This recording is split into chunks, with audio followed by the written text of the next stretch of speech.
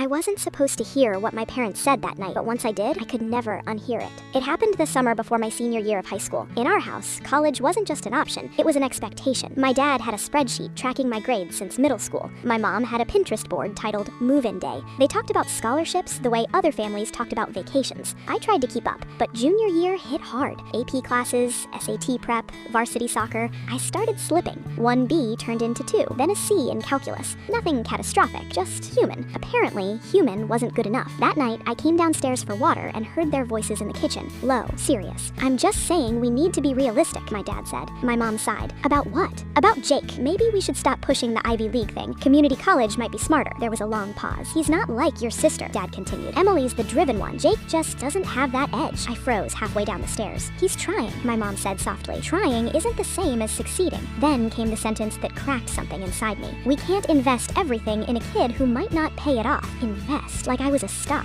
a risk, a gamble. I went back upstairs quietly. They never knew I was there. That night, I didn't cry, I didn't yell, I just stared at the ceiling and replayed every soccer game they'd missed because of Emily's tournaments. Every time Dad double-checked my homework, but framed it as just helping. Every, "you could do better." I always thought the pressure meant they believed in me. Now, I wondered if it meant they didn't. The next morning at breakfast, everything felt normal. Dad read the news on his phone, Mom asked about practice, Emily complained about her lab partner. I looked at them differently. For weeks, I stopped arguing when they pushed me. I stopped trying to prove anything. I finished assignments. I showed up, but something had shifted. I wasn't chasing their approval anymore. I started looking at colleges they'd never mentioned. Smaller schools, out-of-state campuses, places where no one knew my sister's name. One evening, Dad noticed brochures on my desk. "Midwest State?" he asked. "That's not even ranked." "I know," I said calmly. Mom frowned. "Honey, you can aim higher." "I don't want higher. I want different." They exchanged a look. That's when I finally said it. "I heard you." That night in the kitchen, silence swallowed the room. Dad's face went pale. "Jake, you don't have to explain," I cut in. "I get it. You want a return on your investment." Mom looked like she might cry. "That's not what we meant, but it's what you said." For the first time in my life, I wasn't angry. I was clear. I'm not Emily, and I'm not a stock portfolio. I don't need to be your best investment. I just need to be your son. No one spoke for a long time. A month later, I committed to Midwest State, not because it was easy, but because it felt like mine. Move-in day came fast. As we unloaded boxes, Dad hugged me tighter than usual. "I'm proud of you," he said. I wanted to believe him. Maybe he meant it. Maybe he always did. But sometimes I still think about that night on the stairs, and I wonder if I hadn't overheard their secret, would I still be living someone else's dream instead of my own?